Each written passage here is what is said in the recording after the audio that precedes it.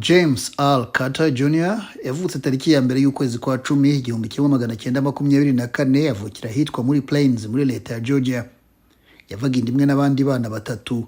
Se yari umuhinzi mworozi ufite n'iduka. Mu mwaka w'1946 yarangije ishuri rya gisirikare ry'ingabo za Amerika zirwanira mu mazi. Yashakanye n'umugore we Rosalind mu mwaka w'1946. Mu rushako yavuze ko ari cyo kintu cy'ingenzi kibaye mu buzima bwe cyiza. Babyaranye abahungu batatu n'umukobwa umwe. Atangaza iby'urupfu rwe, umuhungu we Chip Carter yagize ati, "Data yari intwari kandi si kuri jye gusa, ahubwo no kuri buri wese ukunda amahoro, uburenganzira bwa muntu n'urukundo rutikubira." Jimmy Carter wabaye perezida wa 39 wa Leta Zunze Ubumwe za Amerika yabarizwaga mu ishyaka ry'abademokrate. Yabaye perezida kuva mu kwezi kwa mbere mwaka w'1977 kugeza mu kwa mbere mwaka w'1981 amaze gutsinda amatora yo mwaka w'1976 yarahanganyemo n'umurepublikani Gerald Ford. I, Jimmy Carter, do solemnly swear that I will faithfully execute the office of President of the United States and will Yamaze imyaka 4 gusa ku butegetsi kuko nyuma ya manda ye ya mbere umurepublikani Ronald Reagan wari guverineri wa leta ya California yamutsinze mu matora yakurikiye. Muri manda imwe yamaze ku butegetsi yahuje Israel na Misiri bari bahanganye, abahuriza mu biganiro byabereye Camp David muri leta ya Maryland, bituma haboneka agahenge mu burasirazuba bwo hagati. Gusa imbere mu gihugu yagize ibibazo birebana n'ubukungu ahanini bishingiye ku izamuka ry'ibiciro bya peteroli kubera ingamba yari yarafashe zo gukomanyiriza peteroli iva muri Iran, bituma igabanuka ku isoko, bityo ibiciro biriyongera. Hari kandi n'ikibazo cy'abanyamerika bafatiwe bugwate muri Iran n'abari bashyigikiye impinduramatwara muri icyo gihugu. Mu 1979 nibwo umutwe witwara gisirikare w'abanya-Iran wateye ambasade ya Amerika muri Tehran utwara bugwate abayikoragamo. Icyo gihe yagerageje imishyikirano biranga, yohereje ingabo zo kubabohora ku ngufu, nabwo birananirana kubera kajugujugu yari itwaye ingabo za Amerika yagize ikibazo. Yarinze ava ku butegetsi adakemuye iki kibazo.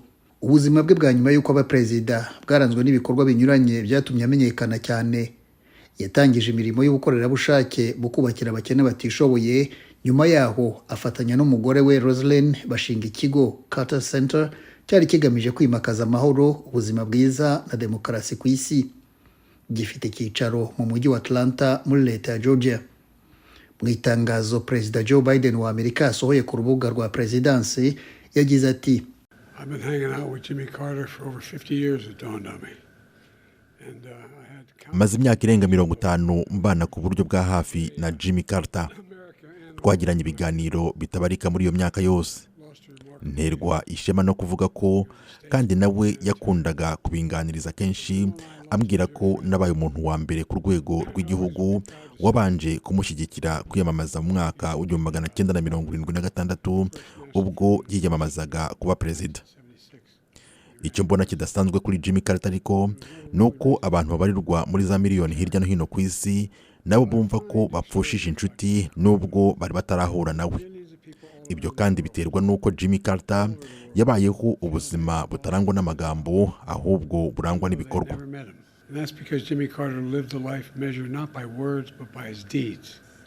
Uyu munsi Amerika n'isi yose bitakaje umuyobozi udasanzwe, umuhanga kandi uranira imibereho myiza ya rubanda. Kubera impuhwe no gushyira mu gaciro bye, yakoze uko ashoboye kurwanya indwara, guharanira amahoro, guteza imbere uburenganzira bwa muntu, amatora arangwa no kwishyira ukizana, yubakira abatagira aho baba kandi akavuganira abari ku rwego ruciriritse muri twe. Yarokoye, azanzamura, ahindura ubuzima bw'abantu benshi hano ku isi. Kubera ibikorwa yakoze ari perezida wa Amerika n'umuyobozi mukuru w'icyo kigo, yahawe igihembo cy'amahoro cyitiriwe Nobel. Yahawe kandi igihembo n'umuryango w'abibumbye nk'umuntu waharaniye uburenganzira bwa muntu.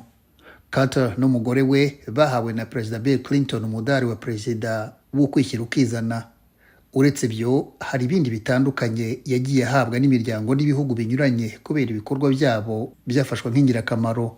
Mu itangazo Bill Clinton yasohoye akimenye iby'urupfu rwe yagize ati, "Hillary nanjye tubabajwe n'urupfu rwa Perezida Jimmy Carter kandi turishimira ko yaramye igihe kirekire. Ashingiye ku byo yizeraga, yabayeho ubuzima bwo kwitangira abandi kugeza ku ndunduro." Abinyujije ku rubuga rwe Truth, Donald Trump watorewe kuba perezida wa Amerika we yagize ati ibibazo Carter yagize nk'umukuru w'igihugu byaje mu gihe gikomeye kandi yakoze ibishoboka byose guteza imbere imibereho y'Abanyamerika. Kubera ibyo tumufitiye umwenda wo kumushimira. Perezida George W. Bush nawe wigeze kuba perezida wa Amerika yasohoye itangazo rigira riti Jimmy R. Carter yari umugabo utajegajega ku byo yemera kandi yari umuntu wita ku muryango we, abantu n'igihugu cye. Perezida Carter yahesheje agaciro ibiro bya presidansi kandi ibikorwa bye byo guharanira gusiga inyuma ibyiza ntibyarangiranye n'umurimo we nka perezida. Urugero yatanze yubakira abadafite aho baba no mu kigo Carter Center ruzatera intege Abanyamerika imyaka myinshi. Barack Obama nawe wigeze kuba perezida wa Amerika we yagarutse ku bikorwa bya Jimmy Carter nk'umuntu no ku magambo Jimmy Carter yavuze igihe yakiraga igihembo cyitiriwe Nobel ubwo yagiraga ati Imana iduha ubwenge bwo guhitamo, dushobora guhitamo kurwanya ibiduteza ibibazo tugafatanya gushakisha amahoro. Obama akomeza agira ati ibyo nibyo yahisemo inshuro nyinshi mu gihe cy'imyaka 100 amaze ku isi kandi byatumye isi irushaho kuba nziza.